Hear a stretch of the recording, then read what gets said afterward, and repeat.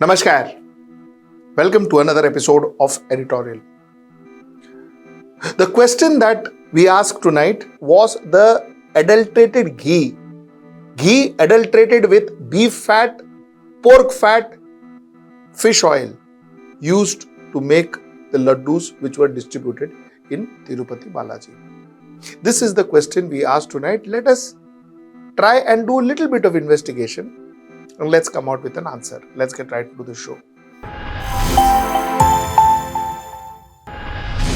Now, like I said, let us deep dive into this entire issue. Has the ghee being used to make laddus? Now, there is an article in print, a very interesting article in print, where the print reporter asks the executive officer, Shamala Rao, whether the contaminated ghee which had pork fat, beef fat, fish oil, was that contaminated ghee used to make those laddus? And the executive officer, Shamala Rao, categorically said no. He said nothing doing, it is not. Now, according to Shamala, he took over as executive officer of the trust right after the Chandrababu Naidu formed their government on the 12th of June. He took over right after that.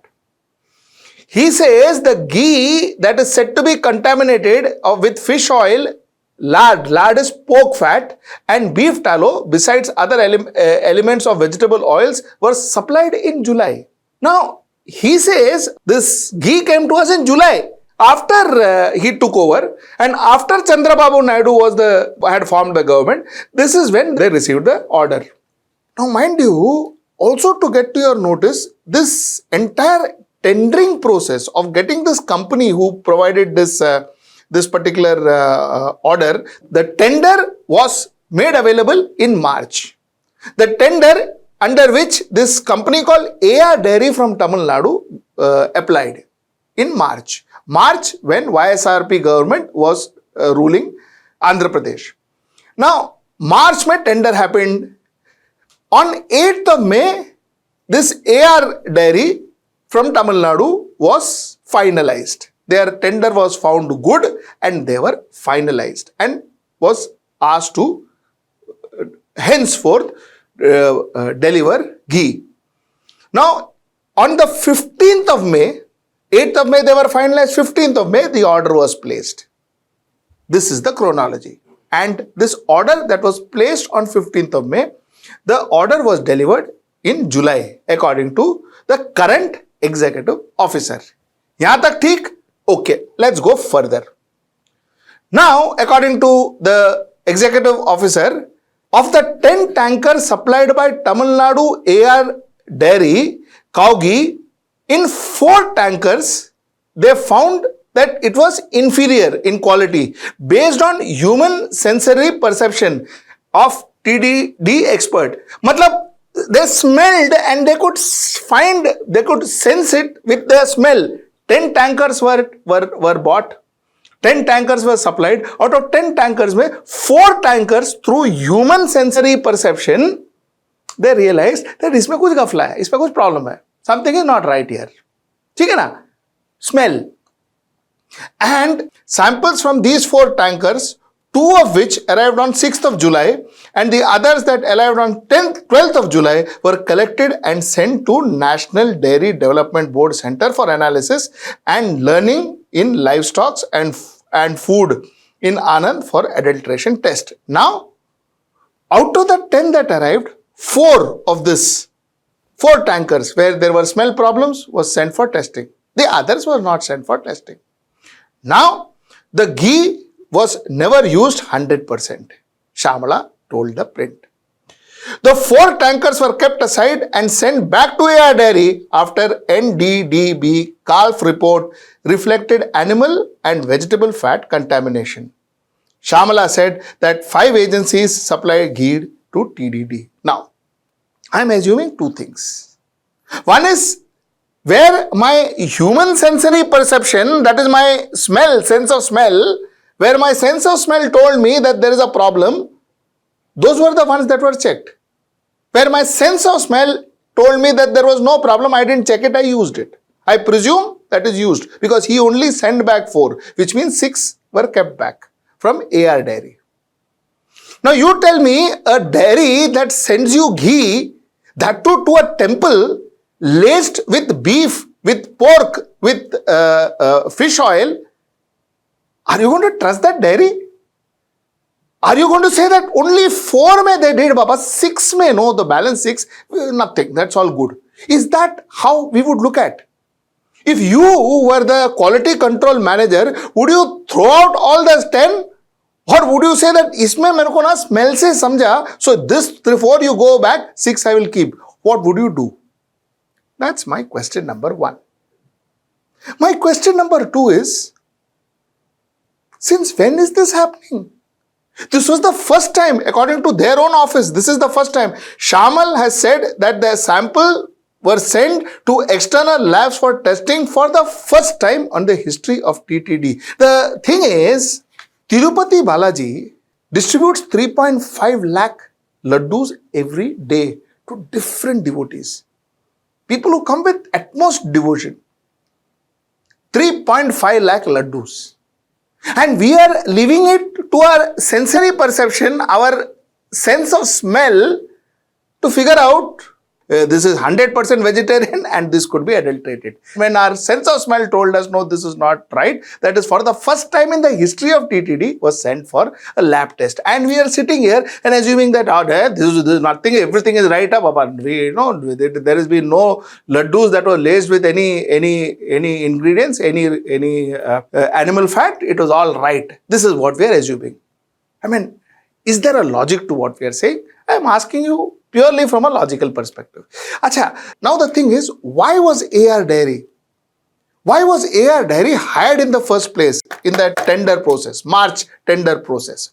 AR Dairy was hired, according to Shamala, AR Dairy was hired because they were supplying ghee at 320 rupees per kg. The least price amongst all the 5 suppliers. Market price today is 500 upwards. AR Dairy was providing it at 320 rupees at the least price.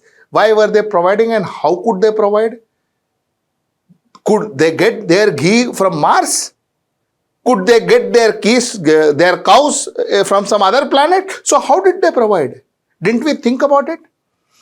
A temple that makes a turnover of close to 5,000, not turnover, I'm sorry, my apologies, revenue of close to 5,200 crores of revenue, a temple that was making this kind of revenue, why would they want to compromise on as essentials as ghee that is used for the prasadam of that temple? I mean, isn't that a simple logic? Who are they saving money for? For who are they saving money for? That is point number 2. Point number 3, you see, Ramana Dikshitulu, a former chief priest, we call it male Shanti in down south, a former chief priest at Tirumala temple claimed that he had complained about deteriorated qualities of laddu and other prasadam in the past. But instead of rectifying the issue, the then government targeted him. The point that I was trying to make is that this can't be the first time, is what I believe in. Do I have any more proof than this except for logic? I don't. But then I believe that this is not the first time it is happening. That's number 1. Number 2 is that all this cover up that, okay, we send it back. I think it makes no logic. It doesn't stand the test of logic. It doesn't. It absolutely doesn't. Point number 1. My last point before I end. You see, therefore, by now, a lot of us will write saying that, listen, government should be moving out of temple. Temple should not be administered by government, so on and so forth. See, let me tell you, that too is a knee-jerk reaction. That too is not the best possible solution. You think these temples that are run privately are run clean? You think these temples that are run privately are run with all the reverence and devotion that requires? There is a lot of corruption that goes around in temple. In fact, there's a lot of corruption that goes around in every religious place. Let's just not talk about temple, but in this case, let me stick to temples. There's a lot of corruption that goes around. If there are private players, then those private players do corruption the way they want. Absolute lack of transparency, absolute opacity, and there are a lot of corruption. If it is government, then we see what is happening. You see, the fact is, a lot of us, we believe that temples are managed by saints. Temples are managed by bhagats. Temples are managed by people who really are worshipping the God and they are dedicated their lives to God. Temples are not managed by them. They are priests. They come and go. Temples are managed by local politicians, local leaders. That's the people who manage temple. Elections happen for temple management. There is money put for that election to be the boss of that temple management. So temple management, even in private sectors, doesn't work that easily. You see, there are a lot of examples where the people themselves, Vaishnav Devi, people themselves wanted the government to take over Vaishnav Devi temple. Same is the case with a lot of other temples. So the point is, this argument that government should take over temples or people should be given temples or temple management should be given temples or temple should be given freedom, that argument is not as open and shut as we seem it to be. There is a lot of complication in both the cases.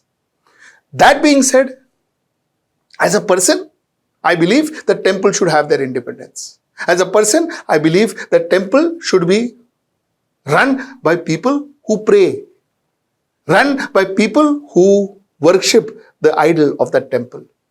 Temple should be run by them. Not politicians, not government.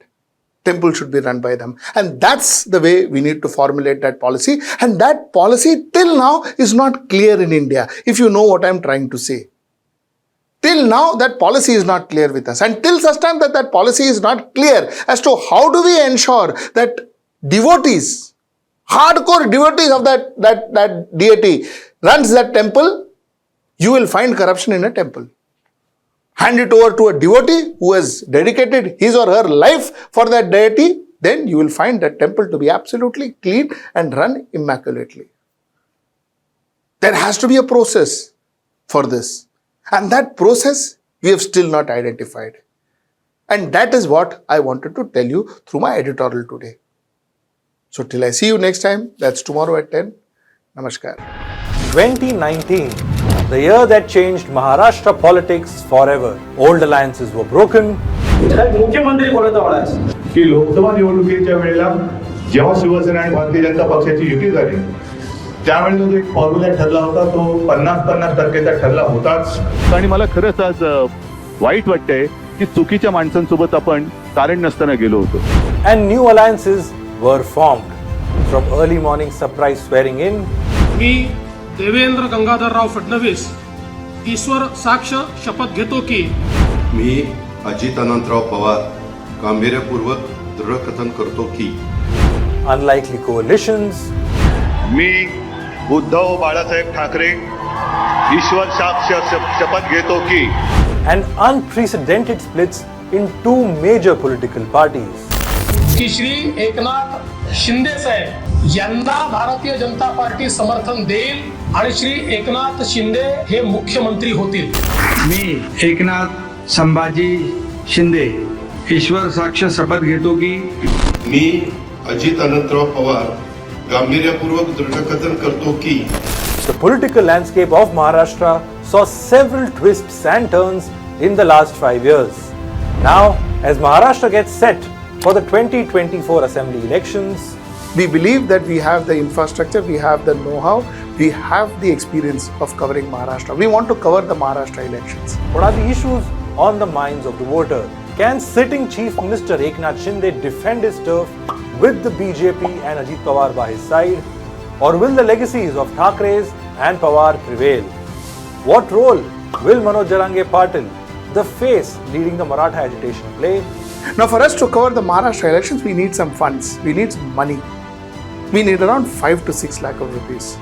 I would urge our patrons, I would urge our viewers who appreciate our work, viewers who think we are worth that, I would urge you to contribute. I would urge you to contribute to this venture. Give us that 6 lakhs so that our journalist can go to nook and corner of Maharashtra, find out exactly what the problem of Maharashtra is. Log on to our website hwnews.in, click on the subscribe us button, select an amount you wish to contribute and support independent journalism. Stay ahead with our cutting-edge news app. Instantly access the latest shorts in just 1 minute and breaking news in just 50 words. Download now for a smarter, faster news experience.